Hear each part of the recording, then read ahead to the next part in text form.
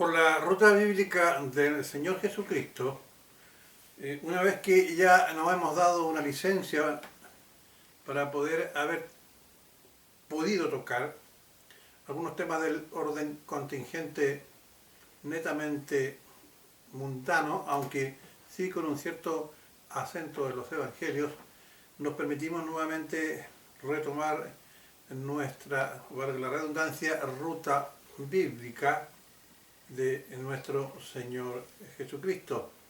Y nuevamente llevando ante ustedes temas o estudios bíblicos y también algunos sermones que tengan relación justamente con la predicación del Evangelio y poder explicar cuál ha sido cuál fue la ruta bíblica de nuestro Señor Jesucristo y su mandato para nosotros los cristianos. Y en este contexto, hoy día hemos querido hablar y en más de una oportunidad lo hemos hecho porque creemos que es algo que está muy marcado y es una señal de los últimos tiempos, que abarca también a creyentes, es decir, a aquellos que han aceptado al Señor Jesucristo como su Señor y Salvador, y creemos que es una muy mala doctrina y al mismo tiempo es una muy mala práctica y conducta que hace de que los lineamientos generales que nuestro Señor Jesucristo estableció en su palabra y que está claramente establecido en ella, muchos creyentes, a pesar de lo que el Evangelio les está señalando, como ya dije, se han desviado de esta sana palabra y han ido por derroteros propios o caminos propios. Por eso es que hoy día vamos a analizar esta situación, como ya dije, que es muy común. Es más, para aquellos que creemos en el Señor Jesucristo, es verdaderamente irritante y penoso ver cómo muchos hombres y mujeres han extraviado el camino y han dejado al Evangelio y a su sana doctrina, aparte de lo que es su importancia en sus vidas, y siguen entonces lineamientos puramente humanos. Me refiero al culto a la persona humana, o sea, al culto al yo, desde una perspectiva bíblica. Pues bien, el presente estudio bíblico está dirigido, como ya dije, especialmente al mundo cristiano, de creyentes, y porque a ellos, buenos, daremos razones bíblicas del porqué de este estudio.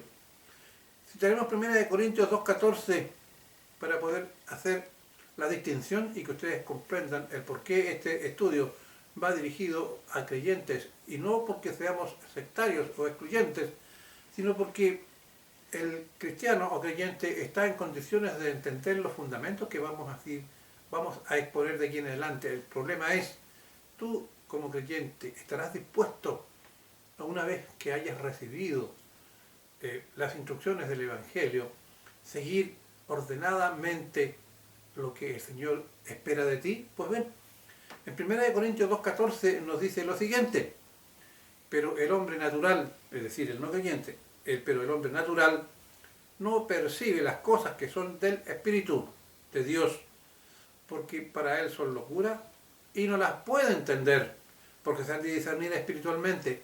Lo que vamos a exponer aquí, si a una persona que no es creyente en el Señor y lo va a escuchar y lo va a ver precisamente o posiblemente, puede no entenderlo y pensar que lo que vamos a sostener a la luz de la palabra es algo que está realmente fuera de foco, pero nosotros los creyentes sabemos que eso no es así.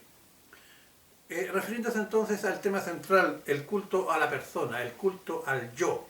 Yo creo, yo pienso, yo soy capaz, yo me gusto, nadie me dice nada, soy tremendo, soy grandioso, etcétera, etcétera. Existen dos tipos de hombres para Dios: el que ha nacido de la mujer, es decir, el hombre natural, y el que ha nacido del Espíritu. Y lo explica muy bien en Juan 3, del 3 al 5, cuando dice en su palabra el propio Señor Jesucristo quien está hablando aquí. Y respondió Jesús y le dijo a Nicodemo: de cierto te digo que el que no naciere de nuevo no puede ver el reino de Dios. Es decir, aquella persona que no ha creído en el Señor Jesucristo no ha nacido de nuevo. Es decir, no es un hijo de Dios en el verdadero sentido con que el Evangelio y el propio Señor Jesucristo, quien es Dios, reconoce a un hombre de Dios o a un cristiano. Y por lo tanto no puede ver el reino de Dios. El reino de Dios se ha acercado porque nuestro Rey, el Señor Jesucristo, estuvo con nosotros, murió por nosotros en la cruz y nos entregó entonces el Espíritu Santo por el cual nosotros podemos llegar al conocimiento de la verdad. Y es ahí donde dice que el que no naciera de nuevo, es decir, creyendo en el Señor Jesucristo, todos los que hemos creído hemos sido bautizados en un mismo Espíritu, dice el Evangelio. Y por lo tanto, espiritualmente significa que el Espíritu Santo que mora en el creyente le va a llevar a usted y a mí a la verdad y al entendimiento, y en ese contexto puede entender lo que vamos a hablar a continuación. Sigamos. Nicodemo le dijo, como le puede decir cualquier persona, y usted que no es creyente se puede estar preguntando, ¿cómo puede un hombre nacer siendo viejo? ¿Puede acaso entrar por segunda vez en el vientre de su madre y nacer? Ese es el pensamiento netamente humano. Es decir, que solamente ve un solo nacimiento. El nacimiento es cuando nosotros hemos descendido de nuestra madre y de nuestro padre por medio del parto. Sin embargo, el Señor Jesús le respondió, y respondió Jesús, de cierto le digo que el que no naciere de agua y de espíritu no puede entrar en el reino de Dios. Hemos explicado más de alguna oportunidad en otros estudios anteriores que cuando el Evangelio establece el agua, está hablando, el agua sirve para lavar, sirve para limpiar. Y por lo tanto, cuando se refiere al agua, en este contexto se refiere a la palabra del Señor. Y el agua le hace llegar al inconverso el conocimiento de Dios, y por medio de la palabra, el Señor, por su Espíritu, pone en ti el querer como el hacer, y tú te conviertes al Señor. Y ahí viene el nuevo nacimiento. Es decir, tienes dentro de ti a alguien que te puede hacer que tú seas capaz de discernir e identificar cada uno de los mensajes, leyes, normas que te entrega el Señor Jesucristo y el propio Dios por medio del Evangelio. Por lo tanto, ese es el nuevo nacimiento. Allí es que nosotros hoy día vamos a hablar y nos vamos a dirigir especialmente a ti, hombre y mujer, joven, niño, etcétera, anciano, que eres creyente en el Señor, para que puedas entender lo nefasto que es justamente este culto que se ha introducido en las iglesias y en los creyentes en forma individual y grupal, pero principalmente en forma individual cuando la persona se ha vuelto absolutamente egocentrista e individualista, en que lo único que persigue es su felicidad personal, y así poder desechar a cualquier otro que esté a su alrededor, apartándose justamente del amor del Señor que nos manda, como vamos a ver más adelante, el amarnos los unos a los otros. Ahora bien, lo que está usted, querido hermano o hermana creyente en Cristo Jesús, pronto a escuchar, es un estudio que pretende, dentro de lo corto de este espacio, que no es nada más ni nada menos que un análisis sobre temas muy sostenidos y creídos por el común de las personas, y aún, como ya dije, de creyentes, como un verdadero dogma de fe, y que está referido sobre lo sostenido por la psicología, y en especial una corriente dentro de la psicología llamada la humanista, que endiosa, escúchame bien, que endiosa el concepto de autoestima, colocando a hombres y mujeres frente a una verdadera situación de idolatría o culto a sí mismos. Los creyentes sabemos que al Señor no le gusta ningún tipo de idolatría.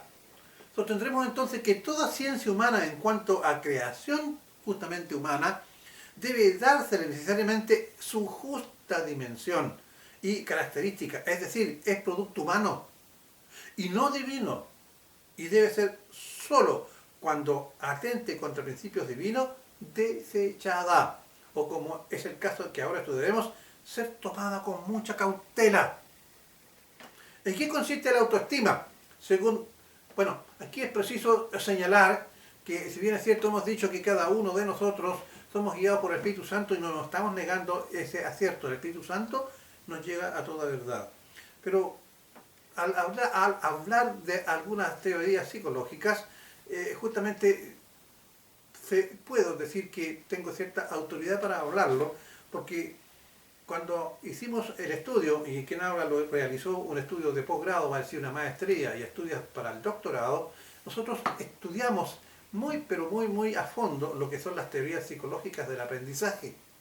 Y hasta estas teorías del aprendizaje es la que nosotros hoy día vamos a escuchar y que yo les voy a exponer. Bueno, ¿en qué consiste la autoestima? Según Maslow, eminente psiquiatra norteamericano, la autoestima es un conjunto de percepciones, pensamientos, evaluaciones, sentimientos y tendencias de comportamiento dirigidos hacia uno mismo, hacia nuestra manera de ser y hacia los rasgos de nuestro cuerpo y nuestro carácter. En resumen, es la evaluación perceptiva de nosotros mismos en su jerarquía de las necesidades humanas.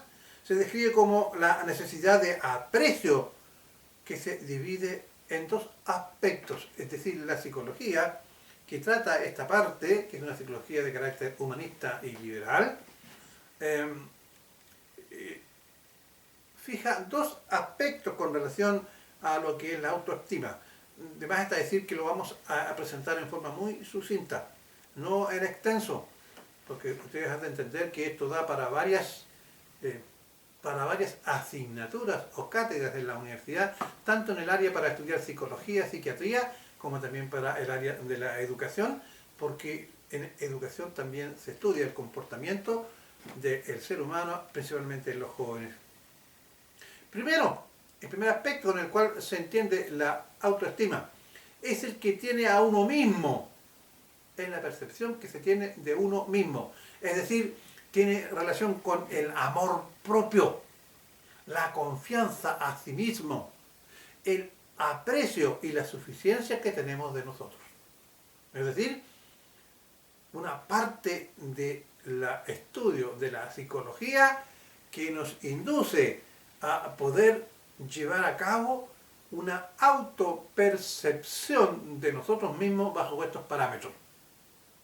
¿Cuáles? Repito, amor propio, quererme, confianza, yo me las puedo, soy el mejor, soy el más capaz, aprecio, me amo como soy, no tengo nada que cambiar, amo hasta lo imperfecto de mí, amo las cosas buenas, como también amo las cosas malas. La suficiencia, no, yo puedo. Todo lo que tú quieras hacer, dicen los estudiosos de esta área, propónetelo, piensa en grande. Por favor, no estoy diciendo que nosotros no podamos ser capaces de llevar a cabo una serie de proyectos con confianza. Estoy señalando que cuando ponemos a nosotros los seres humanos, en este caso yo como persona, por sobre todo otro tipo de valor, aquí la autoestima es altamente perniciosa. ¿Por qué razón? Porque nos quita ese carácter que tenemos todas las personas y aún los cristianos de poder autoconvencernos de que estamos haciendo cosas malas.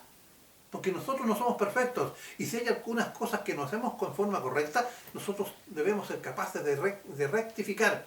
Pero si una parte de la psicología y del amor propio, de la autoestima, se centra exclusivamente, escúcheme bien, se centra exclusivamente en este primer aspecto de la autoestima que tiene que ver con, y repito por tercera vez, el sentimiento grande, por decirlo, que se tiene a sí mismo, que se refleja en un amor propio, en una confianza propia, en un aprecio propio, una suficiencia propia.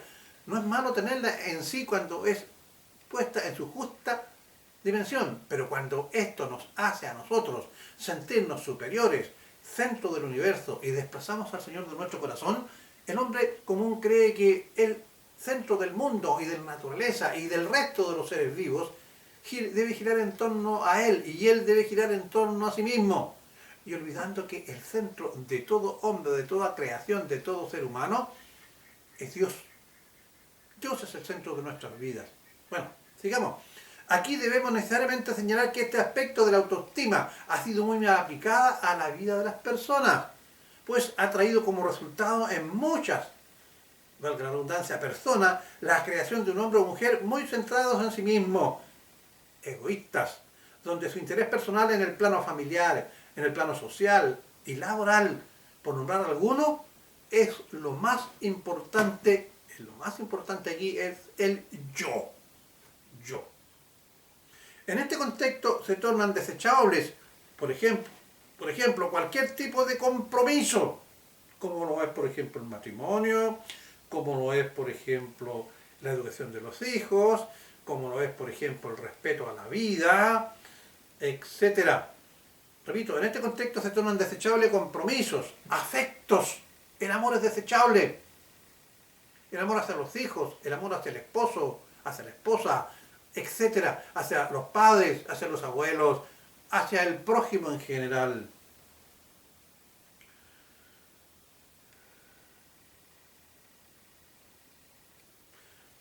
En este contexto se tornan desechables, ya dije, compromisos, afectos, cuidados y intenciones hacia el otro, incluyendo a los más cercanos, como ya dije, esposos, esposas, padres, parientes, amigos, etcétera.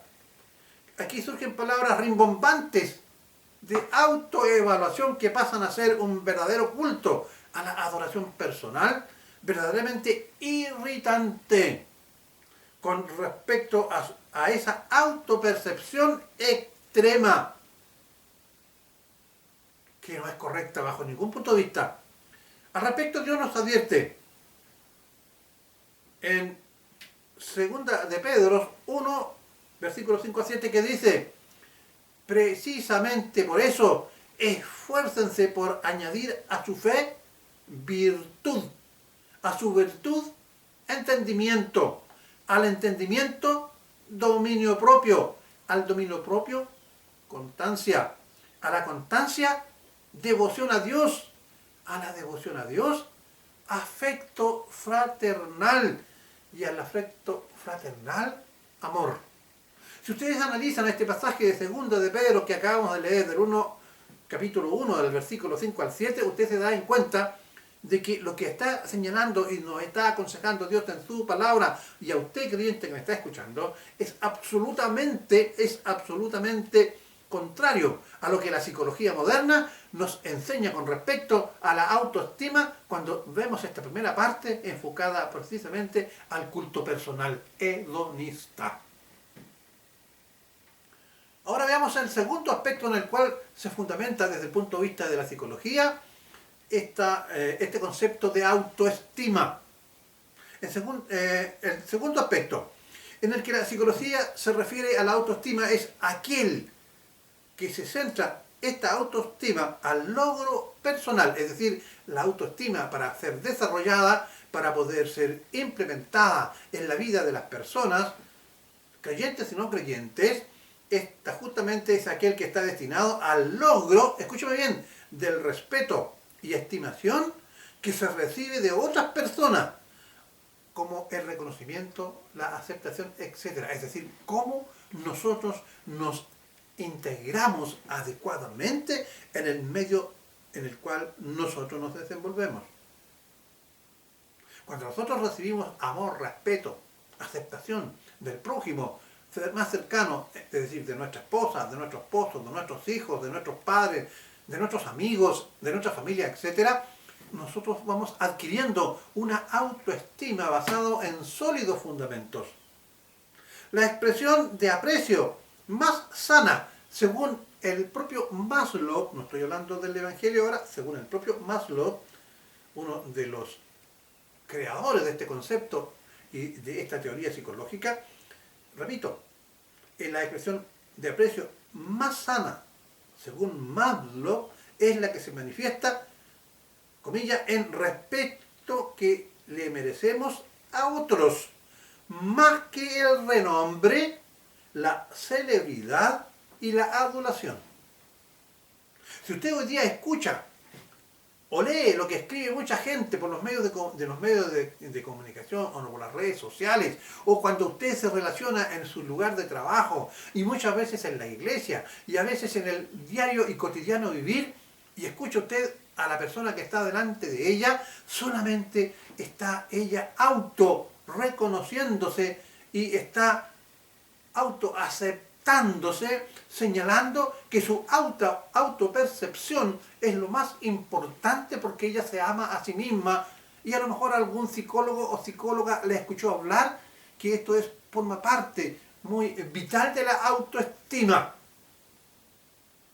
Se le ha querido, a la luz de la psicología, enseñar a los hombres y a las mujeres que el sentirse culpable de algo es realmente desmerecer ante su autoestima. Yo creo que no. El Evangelio nos dice que nosotros debemos ser capaces de reconocer cuando nos equivocamos, es decir, cuando pecamos. Porque cuando nosotros tenemos conciencia de habernos equivocado, también tenemos la conciencia de que debemos retomar los rumbos y poder cambiar y poder superar ese camino o esa actitud o ese dicho o ese hecho que hemos considerado equivocado y que nos hace sentirnos mal. La conciencia a nosotros nos ayuda a ser mejores. Sin embargo, mucha gente que cree que la autoestima se basa en que uno tiene que autoapreciarse aún en los aspectos negativos, se nos está insensibilizando frente a conductas que ante los ojos del Señor, ante los ojos de la sociedad y ante los ojos de uno mismo, a través de la conciencia consideramos que es negativo, pero aquello no, quiérete a ti mismo, no te importa, yo me acepto con todas mis debilidades, soy tolerante, soy piadoso, me gusta ayudar a la gente, me acepto así como soy, pero también estoy orgulloso de las cosas malas que tengo. Eso evidentemente que es una incongruencia y es una inconsecuencia que no ayuda a la autoestima. Solamente provoca el rechazo de quienes lo conocen, porque prontamente por nuestras obras somos justamente juzgados y somos conocidos. La expresión más sana, según Marlos, es la que se manifiesta en el respeto que le merecemos a otros más que el renombre, la celebridad y la adulación. ¿Qué nos dice el Evangelio en 1 Corintios 10:24? Dice así, que nadie busque sus propios intereses, sino del prójimo. Evidentemente que atenta contra este concepto de la autoestima, en que debemos aceptar las cosas malas nuestras y vivir como si nada ha pasado, en el fondo. Después en 1 Timoteo 6:11 también nos dice, tú, en cambio, hombre de Dios, huye de todo eso y esmérate en seguir la justicia, o sea, no cometer mal, la justicia, la piedad, tener una conducta de acuerdo a lo que el Señor pide para las personas, la fe, creer en lo que el Señor les dice es correcto, que en aquellas cosas correctas que usted está haciendo no está equivocándose, la fe, el amor, la constancia y la humildad. Pucha, que contrario, cuando nosotros escuchamos ver a algunos que con el culto a este concepto que estamos definiendo, ellos solamente tienen palabras de adulación para consigo mismo. Maslow postula la existencia de una tendencia humana básica hacia la salud mental, es decir, aceptando aquellos conceptos que son, valga la redundancia, aceptablemente buenos, a través del patrón cristiano, por ejemplo, de conducta y de moralidad, evidentemente que nos va a llevar a una salud mental adecuada que nos proporcionará una muy buena autoestima. Maslow sigue diciendo, únicamente aquellas necesidades no satisfechas generan una alteración en la conducta, ya que una necesidad suplida, o sea, satisfecha, no genera por sí misma ningún efecto negativo. Es decir, nuestra autoestima se ve afectada cuando nuestras actividades y esas necesidades que estamos tratando de conseguir no son satisfechas, nosotros tenemos una baja autoestima. ¿Y cuáles son esas? Cuando sentimos el rechazo de las personas, cuando nos damos cuenta que estamos cometiendo faltas equivocadas, cuando creemos que estamos yendo en contra de lo que es las normas, los preceptos, estoy hablando como cristiano y para el cristiano, que el Señor establece en su palabra. El Espíritu Santo nos va a llevar a reconocer cuando nos equivocamos, porque Él nos va a redarguir en nuestro interior. Pero con este concepto de autoestima, cuando muchos cristianos abandonan el concepto de el Espíritu Santo, quien nos redarguye, y acallamos el Espíritu Santo, nos acogimos a una tabla humana, es decir, no, yo no escucho aquello que el Señor me está diciendo porque yo he ido al psicólogo, he ido al psiquiatra, y el psiquiatra me ha dicho que es un ateo, me ha dicho que yo puedo ser feliz en base a aferrarme a la autoestima. Pero ¿qué es lo que dice aquí la palabra del Señor?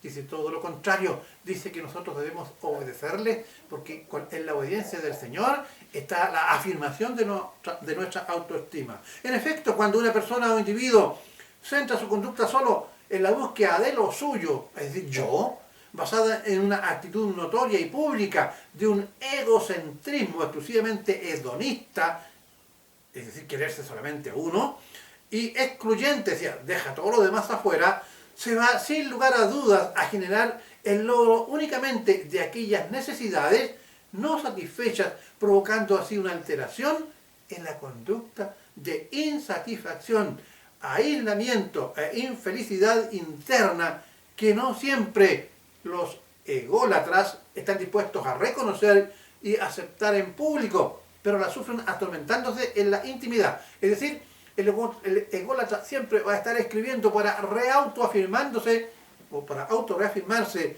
yo me las puedo, yo soy perfecto, yo soy hermoso, estaré viejo, habré cometido errores, pero yo acepto mis errores y me quiero con mis errores. Es decir, lleva más adelante nomás.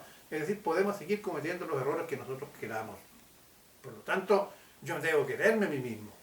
Es evidente que debemos querernos a nosotros mismos, pero siempre y cuando nos apeguemos a una conducta desde el punto de vista de los lineamientos cristianos que el Señor establece en su palabra para ti y para mí. ¿Qué nos dice en Romanos 8:21?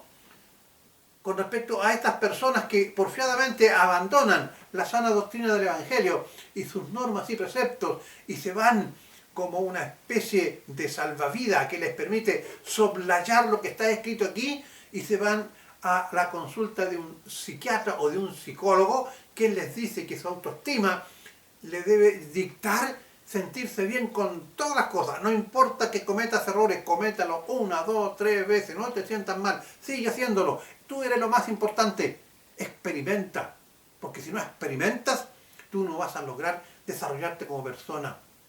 Eso dicen la psiquiatría y la psicología. Sin embargo, la palabra de Dios nos está diciendo con respecto a estos hombres cristianos como tú y como yo, que nos vamos a usar ahora los preceptos de la psicología y abandonamos los conceptos que Dios sanamente nos ha dejado en su palabra. Dice así en Romanos 8:21, pues, estos hombres cristianos, pues habiendo conocido a Dios, creyente, ¿verdad?, no le glorificaron a Dios, es decir, con su conducta, con su forma, con sus palabras, con sus hechos, ni le dieron gracias, se olvidaron, se fueron por otros caminos, y cambiaron la gloria de Dios incorruptible en semejanza de imagen de hombre, es decir, nuestra propia autoimagen, ególatra,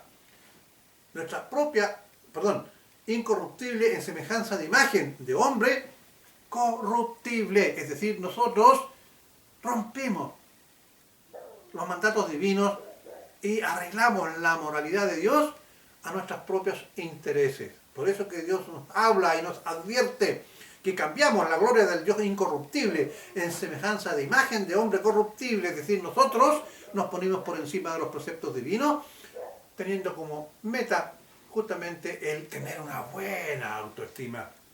Es decir, por medio de la expresión de la autoestima centrada en el egocentrismo humano, decimos y creímos que la solución a nuestro estado de angustia es solo producto de mis decisiones humanas, tal como lo plantea la psicología, cambiando la gloria y el poder de Dios. De ahí que sostenemos, de acuerdo a lo dicho en Romanos 8:28, ellos, y como ellos no aprobaron tener en cuenta a Dios, es decir, estas personas que cambiaron los conceptos cristianos por los consejos psicológicos y psiquiátricos, han abandonado la sana doctrina de Dios. Por otra parte, otro gran psicólogo, creador de este sistema psicológico del análisis de la persona, llamado Carl Rogers. Carl Rogers, quien fue el máximo exponente de la psicología humanista que engloba la autoestima, expuso que la raíz de los problemas de muchas personas es que se desprecian y se consideran seres sin valor e indignos de ser amados. O sea, un sentimiento de culpa. Es decir, la autoestima cae cuando este hombre tiene un sentimiento de culpa.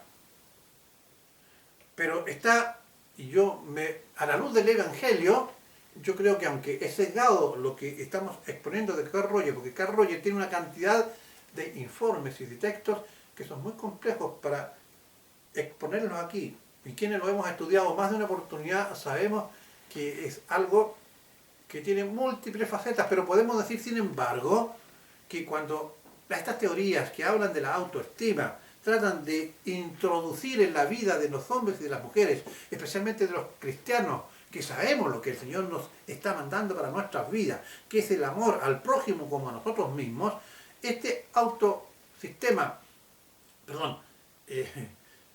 este sistema de la autoestima propuesto por Carl Rogers y el anteriormente citado, nos hacen decirnos todo lo contrario: ámate a ti mismo como a ningún otro en la práctica, y no como lo que el Señor nos manda, amar al prójimo como a uno mismo. Es decir, nosotros podemos amarnos, pero al mismo tiempo tenemos que saber que ese mismo amor con que nosotros nos amamos y que reconocemos que nos equivocamos, que cometimos errores y que nos hace hacer cambiar, ese mismo amor que nosotros tenemos por nosotros, debemos tenerlo por nuestros prójimos.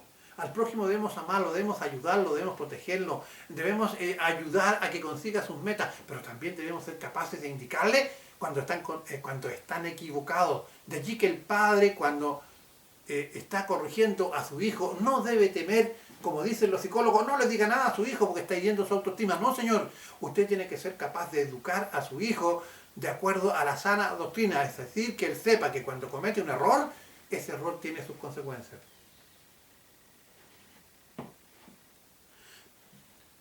Usted no puede pensar que es un creyente que nadie lo ama.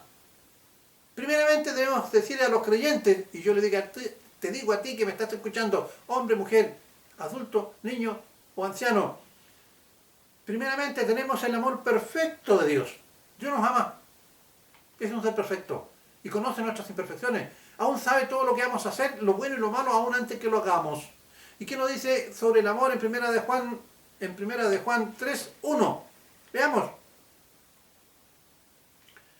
Fíjense qué gran amor nos ha dado el Padre, que se nos llame hijos de Dios, y lo somos. El mundo no nos conoce, precisamente porque no le conoció a Él. Cuando la psicología nos habla de la autoestima y nos quiere hacer que nosotros abandonemos la sana doctrina que está en el Evangelio y en su palabra, es porque no lo ha conocido. A Dios no lo conoce.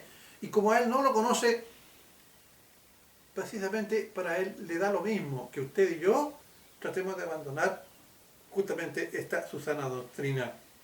Después debemos practicar el amor que nos manda dar al prójimo nuestro Señor, pues solo con este tipo de amor podemos lograr la empatía necesaria que se sugiere útil para tener una buena autoestima. Es decir, la empatía es saber colocarse en el lugar del otro.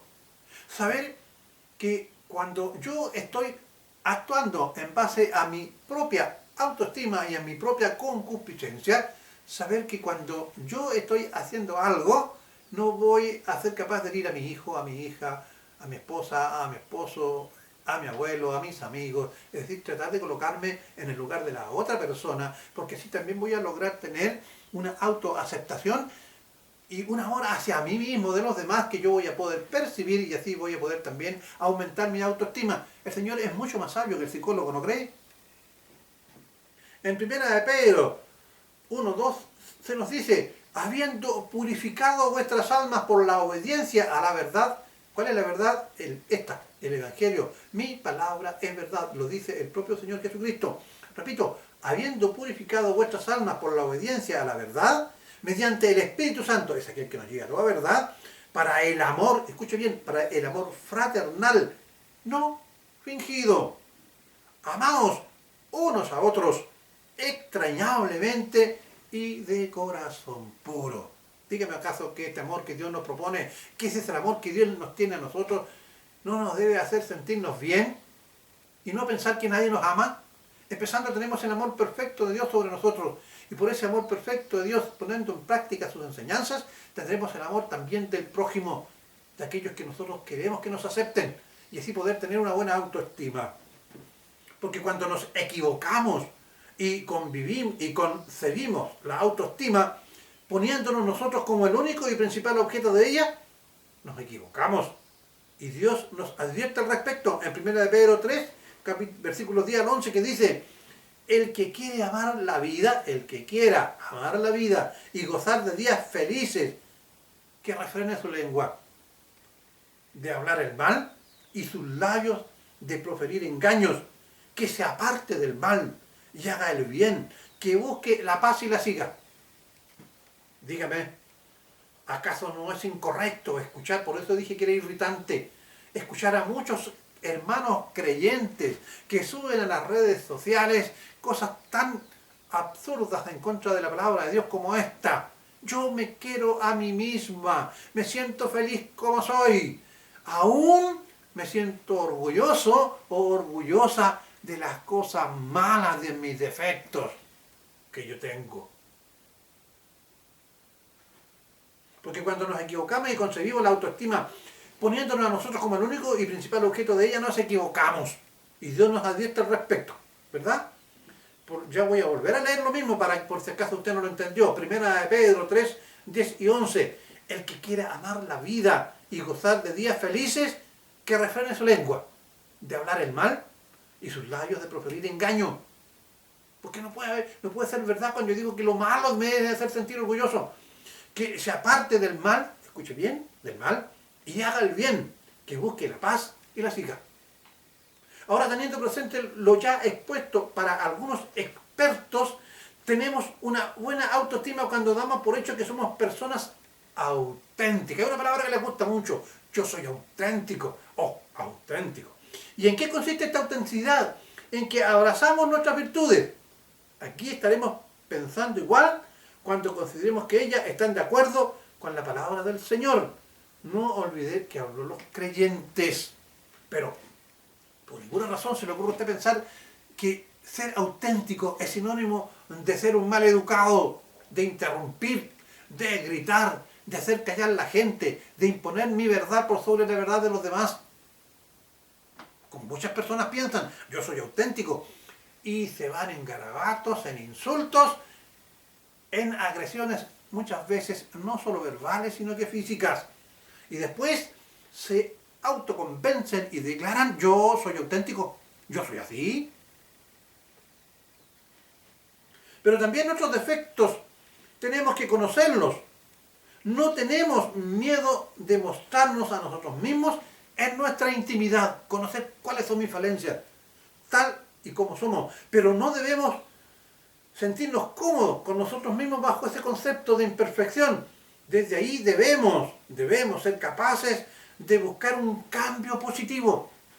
En 1 de Pedro 3:11 se nos dice a nosotros los creyentes, a los cuales yo les estoy hablando, 3:11, apártense del mal y hagan el bien, busquen la paz y síganla. Y luego en Gálatas 6:10 también nos dice: así que entonces hagamos bien a todos según tengamos la oportunidad, y especialmente a los que son de la familia de la fe, es decir, a los hermanos y creyentes. Sigamos, Lucas 6:35, ante bien, amad a vuestros enemigos.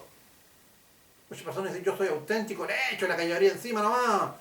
Si este me cae mal, este hace todo el día ando buscando lo malo, este es mi enemigo. Pero sin embargo, en Lucas 6:35 el Señor nos aconseja y nos manda: antes bien, amad a vuestros enemigos y haced bien y prestad, no esperando nada a cambio, y vuestra recompensa será grande y seréis hijos del Altísimo, porque Él es bondadoso para con los ingratos y perversos. ¿Cómo la está viendo? ¿Cómo se está, a la luz del Evangelio, desarmando este concepto de autoestima egocentrista perverso? Deberíamos considerar que no tenemos una autoestima baja como muchos psicólogos y psiquiatras sostienen. Y no menospreciamos ni minimizamos nuestra valía personal. Creemos que nuestros defectos ensombrecen nuestras virtudes y no nos odiamos por tener defectos no deseados, ya que de este reconocimiento personal debe surgir, como ya hemos dicho y sostenido anterior, acciones que corrijan efectivamente nuestro accionar. De acuerdo al Evangelio, a lo que ya hemos citado, veamos muchos creyentes desafiando el Evangelio o desobedeciéndolo rasamente a la palabra de Dios, obedientes a lo mejor y convencidos por medio de una visita al psicólogo o al psiquiatra, declaran indebidamente con mucho orgullo, pavoneándose de su franqueza, estar muy orgullosos de sus defectos y aceptándolos como algo bueno y natural, y los proyectan hacia los demás en forma como que me importas tú, ¿qué me importas tú? Es decir, manifestándolo hacia los demás con este tipo de cosas, cuando se refieren a los demás, ¿qué me importas tú? Yo estoy primero, pues. Soy capaz de cualquier cosa. No le rindo cuentas a nadie. Y yo me quiero a mí, pues. Tengo una buena autoestima, etcétera. Pero veamos nuevamente qué nos dice Dios. Primero diremos que nuestra conducta defectuosa está radicada en nuestra naturaleza pecaminosa. En ese aspecto, el hombre que lo hace ser rebelde contra Dios. Cuando hablamos de la naturaleza de pecado, nos referimos al hecho de que tenemos una inclinación natural, escúcheme bien, una inclinación natural a pecar, es decir, a desobedecer, teniendo la opción, además, de hacer la voluntad de Dios, pero no la hacemos, no lo queremos. Más aún, si me dicen que obedecer a Dios, y Dios me dice que estoy equivocado en muchas cosas, es bajar mi autoestima. Vamos a elegir naturalmente hacer lo nuestro, dejando al lado al Señor. ¿Qué nos dice en Romanos 6:6?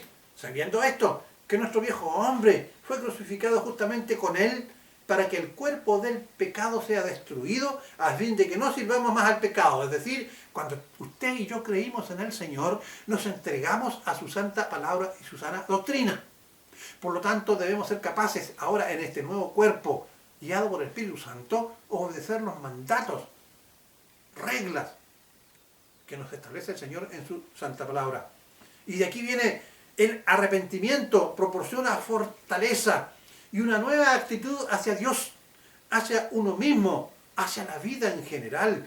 Por medio de esa fortaleza usted puede abandonar el pecado, es decir, dejar de ser desobediente y poner el corazón y la voluntad de acuerdo con el plan que Dios tiene para usted, que ya lo hemos enunciado en los versículos anteriores. Haced el bien, apartarse del mal. Debemos señalar con firmeza entonces que para tener una buena autoestima no se hace necesario, dentro de su autenticidad, sentirse orgulloso de sus defectos. Sí debemos sentirnos orgullosos de conocernos en esos defectos en nuestro interior, porque así podemos realmente buscar un cambio de conducta. En Gálatas 5, 16, 25, Dios hace un contraste entre las obras de la carne y el fruto del Espíritu. En ese pasaje somos llamados a caminar en el Espíritu. Todos los creyentes ya poseen el Espíritu Santo, porque desde que creímos. Pero este pasaje nos dice que necesitamos caminar en el Espíritu, dejando bajo su control nuestra voluntad. Esto significa que deberíamos llevar a la práctica lo que el Espíritu Santo nos induce a hacer en nuestras vidas, en el lugar de seguir los deseos de la carne a través de aquellos consejos que nos dicen que nosotros debemos buscar una buena autoestima. Ahora, ¿qué nos dice justamente Gálatas 5, 16? Leamos, comillas, digo pues, andad en el Espíritu y no satisfacéis los deseos de la carne, porque el deseo de la carne, es decir, del cuerpo, es contra el Espíritu, y el del Espíritu es contra de la carne, y estos se oponen entre sí, para que no hagáis lo que quisierais, ¿escucháis? Para que no hagáis lo que quisierais, pero si sois guiados por el Espíritu Santo, no estáis bajo la ley. ¿Cuál ley? Bajo la ley de la carne. ¿Estamos bajo qué ley? Bajo la ley del Señor, bajo la ley de su santa palabra. Termino diciendo entonces que muchos cristianos, lejos de obedecer la voz de Dios en su santa palabra, sucumben lentamente a la luz de los postulados de la psicología, que siendo una disciplina humana, infalible, le da más credibilidad que a la propia palabra de Dios, poniendo su fe en los aspectos de la psicología y no en la persona de Cristo y su evangelio, olvidando o simplemente no creyendo en aquello que muchas veces claman en las iglesias cuando dicen, citando el evangelio, y escúcheme bien, usted lo ha dicho más de alguna vez, señor, señora, señorita, etcétera, todo lo puedo en Cristo que me fortalece.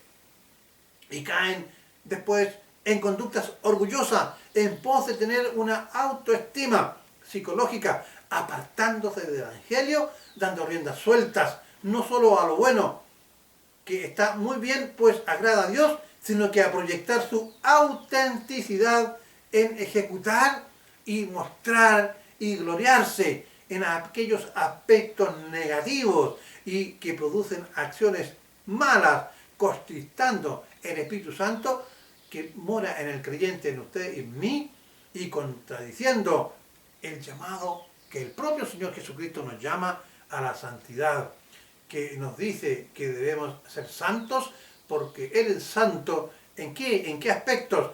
En nuestra conducta, en nuestra forma de obrar y en nuestra forma de hablar, es decir, en nuestras palabras.